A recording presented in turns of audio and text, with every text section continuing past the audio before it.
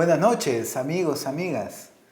Bienvenidos, bienvenidas nuevamente a este programa de plataforma, este espacio de opinión que nos da el canal TVX. Un espacio que nos permite compartir, que nos permite dialogar, que nos permite entablar conversaciones desde puntos de vista diferentes, desde lugares diferentes, desde formas de ver la vida diferentes.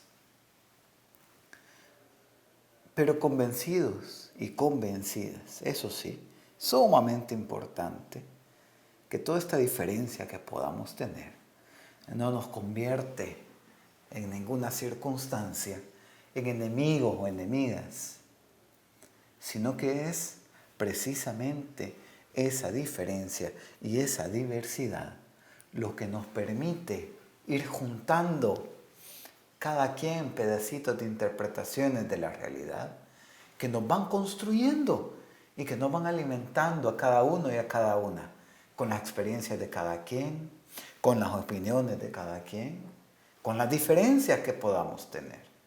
Porque es esa diferencia lo que le da la riqueza a la diversidad y a la realidad. Qué aburrida fuera la naturaleza si toda fuera del mismo color. Qué peligroso fuera el clima si toda la vida pasara lloviendo. Siempre es la diversidad lo que nos permite avanzar, lo que nos permite crecer como sociedad y también cada uno y cada una en lo personal.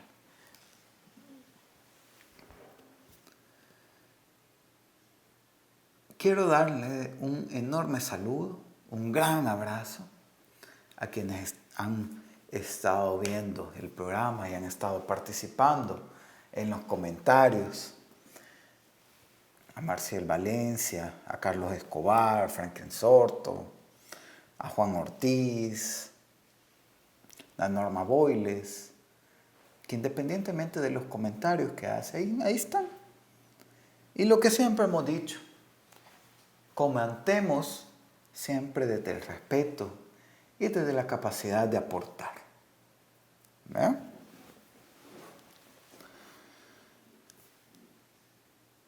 El programa pasado estuvimos hablando un poquito sobre el tema del Valle del Ángel, ¿no? Sobre cómo una resolución de la Sala de lo Constitucional impuesta ha dado un aval sobre la explotación del agua por parte de una empresa privada, Urbánica, de la familia Dueñas.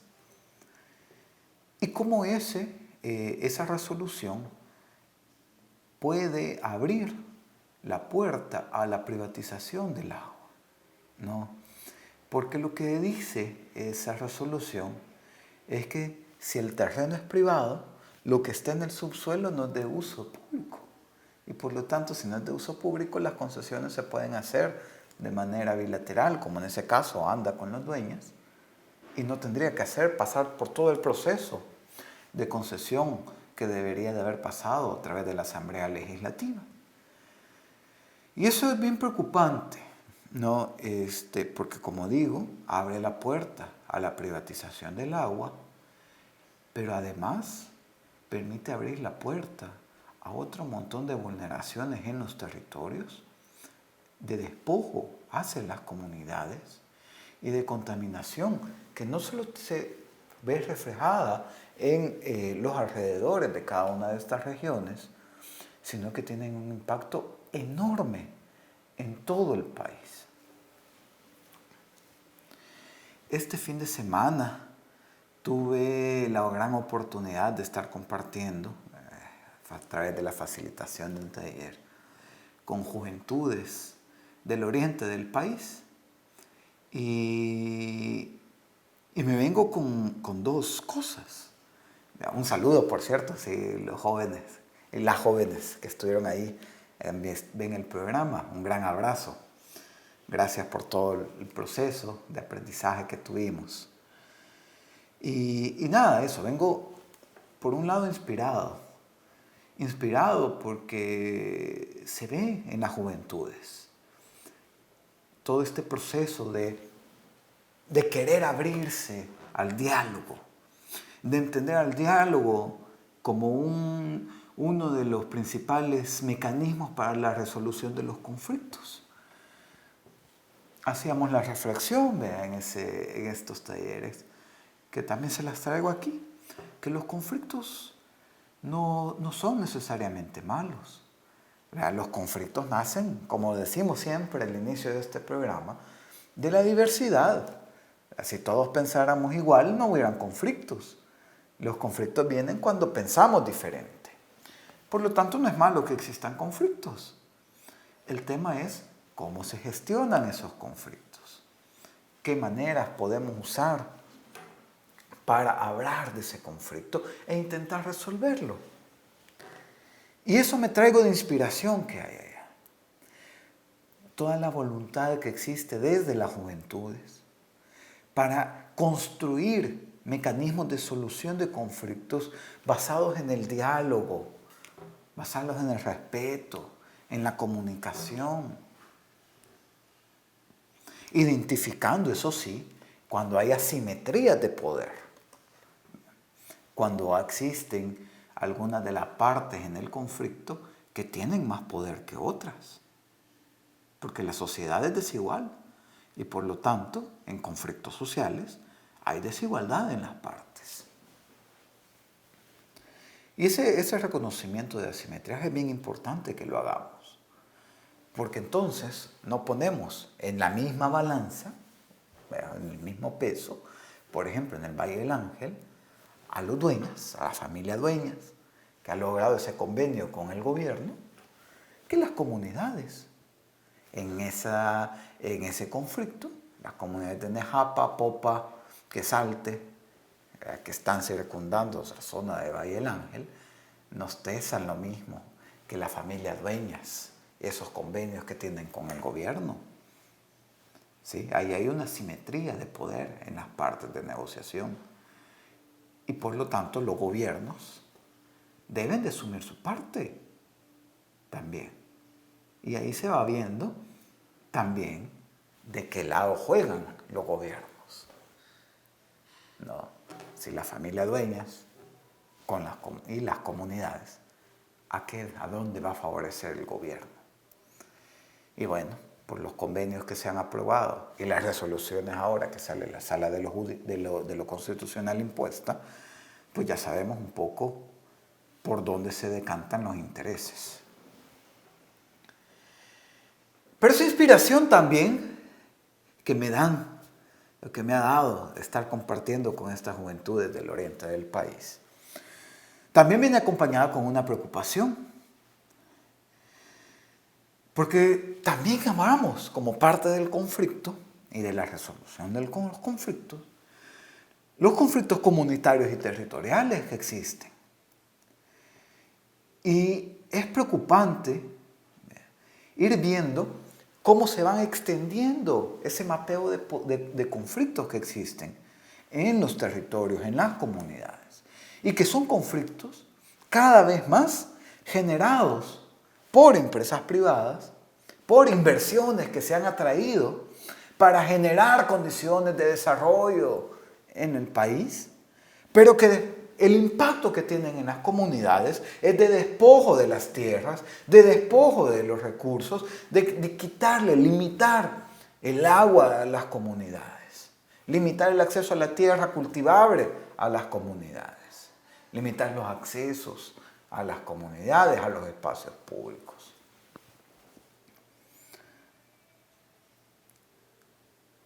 Un enorme fuerte de conflictos ha estado siendo, por ejemplo, en el EMPA, ¿no? Las riberas del EMPA, pero ahora también toda la zona costera. Y han salido un montón de conflictos que salieron en esas conversaciones que tienen que ver con dos grandes sectores económicos que hay que irles poniendo atención. Bueno, desde hace rato hay que irles poniendo atención, pero sobre todo ahora. Por un lado, el sector del cultivo de la caña, de la producción de la caña, que extiende su superficie de producción y eso hace que exista menos superficie para poder producir maíz, frijoles, vegetales, porque están dedicadas al cultivo de la caña. Pero no solo de la tierra, sino además del agua, porque estas empresas cañeras extraen el agua de los ríos para hacer el riego de la caña y dejan sin agua a las comunidades.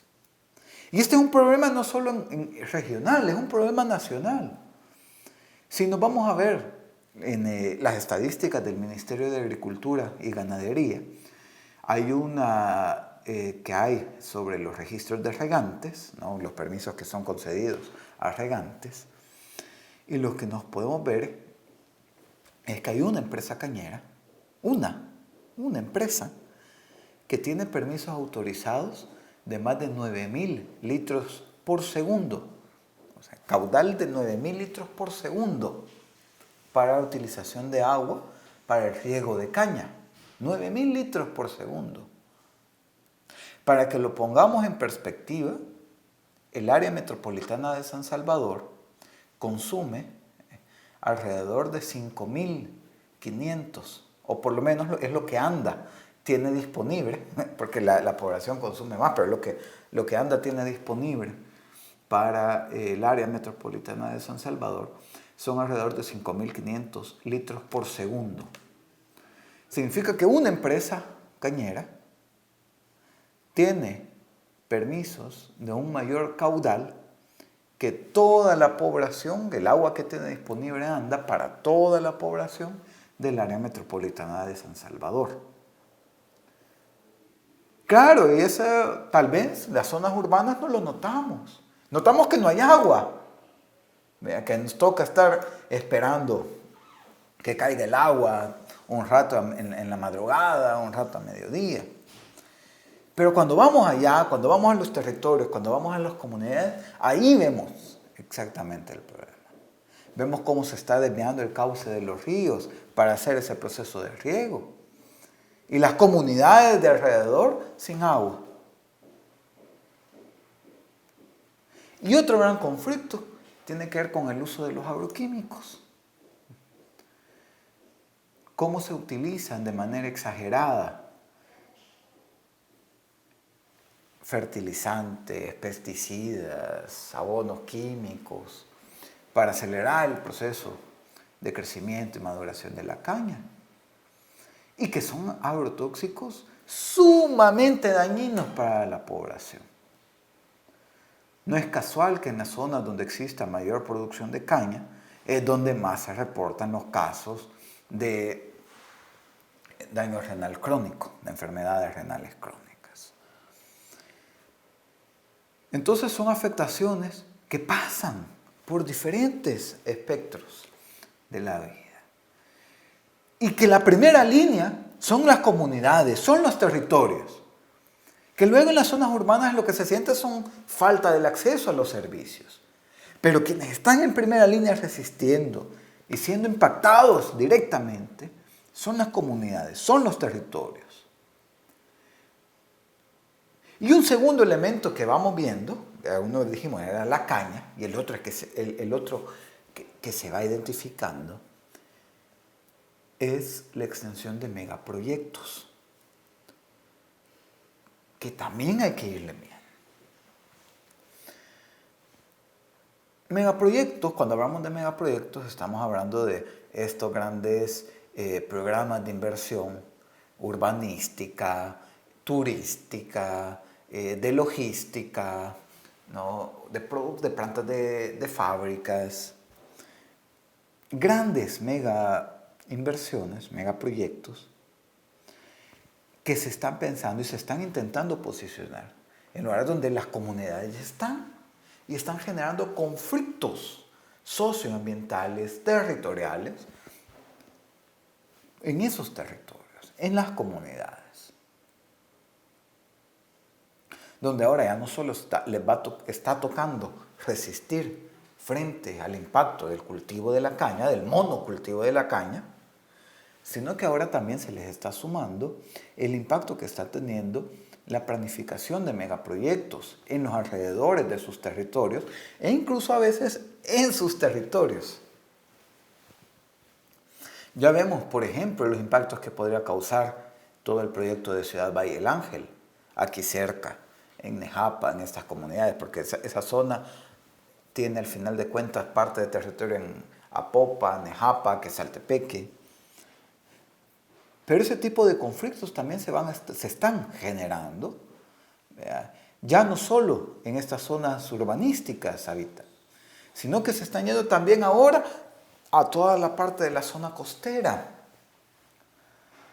donde es necesario evaluar los impactos que tendría eso en términos de comunidades desplazadas, comunidades sin accesos a sus tierras, comunidades despojadas de sus recursos, la gestión de los recursos naturales en esas zonas. Ejemplificante es el caso del aeropuerto que se está planteando en la zona oriental, allá en la Unión. El Ministerio de Hacienda, de Recursos Naturales, el Ministerio de Medio Ambiente y Recursos Naturales, en una primera instancia, había evaluado como negativa la viabilidad para construir ese aeropuerto. El Ministerio de Medio Ambiente y Recursos Naturales de este gobierno, aquí no es que alguien lo quiere bloquear y tal, no, el mismo ministerio de este gobierno había dado la negativa de la construcción en el aeropuerto por los impactos que tenía en los ecosistemas del bosque salado y sobre todo en la parte del tamarindo. Sin embargo, de manera inexplicable, un par de semanas después, ese documento fue quitado del sitio oficial del ministerio y luego el ministerio avaló la construcción de ese aeropuerto. Es decir, yendo en contra sus propios argumentos que había dado inicialmente. Y ese como caso ejemplificante, pero casos parecidos se están dando en toda la zona costera del país, donde diferentes tipos de inversión, no solo pública, sino y sobre todo privada, están, por un lado, comprando tierras, cualquier cantidad de tierras que puedan, y por el otro, intentando desalojar a personas. Solamente ayer estuvimos viendo cómo un juzgado emitió una orden de desalojo contra unas comunidades en La Achadura, ahí en el Boulevard Costa del Sol, en favor de una empresa privada que está buscando crear inversiones ahí. Lo mismo está pasando en el estero de Jaltepeque, en el estero de Jiquilisco, como procesos judiciales están fallando a favor de empresas privadas y en contra de las comunidades que están asentadas ahí. Porque como le hemos dicho antes, la economía es sumamente importante, fundamental, pero la economía no se reduce a los mercados y a lo que se puede contabilizar en el Producto Interno Bruto, ni a las estadísticas de inversión extranjera.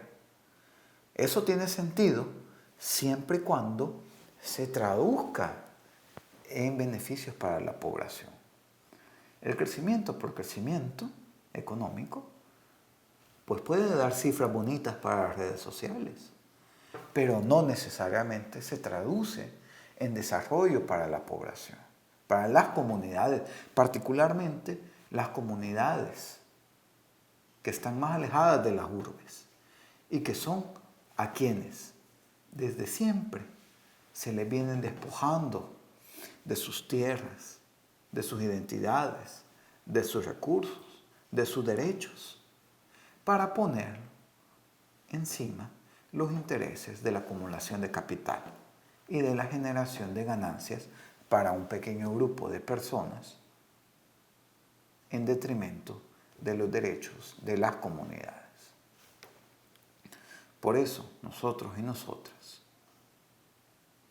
con un compromiso de lo público, lo común y lo comunitario, vamos a estar siempre posicionándonos en defensa de las comunidades.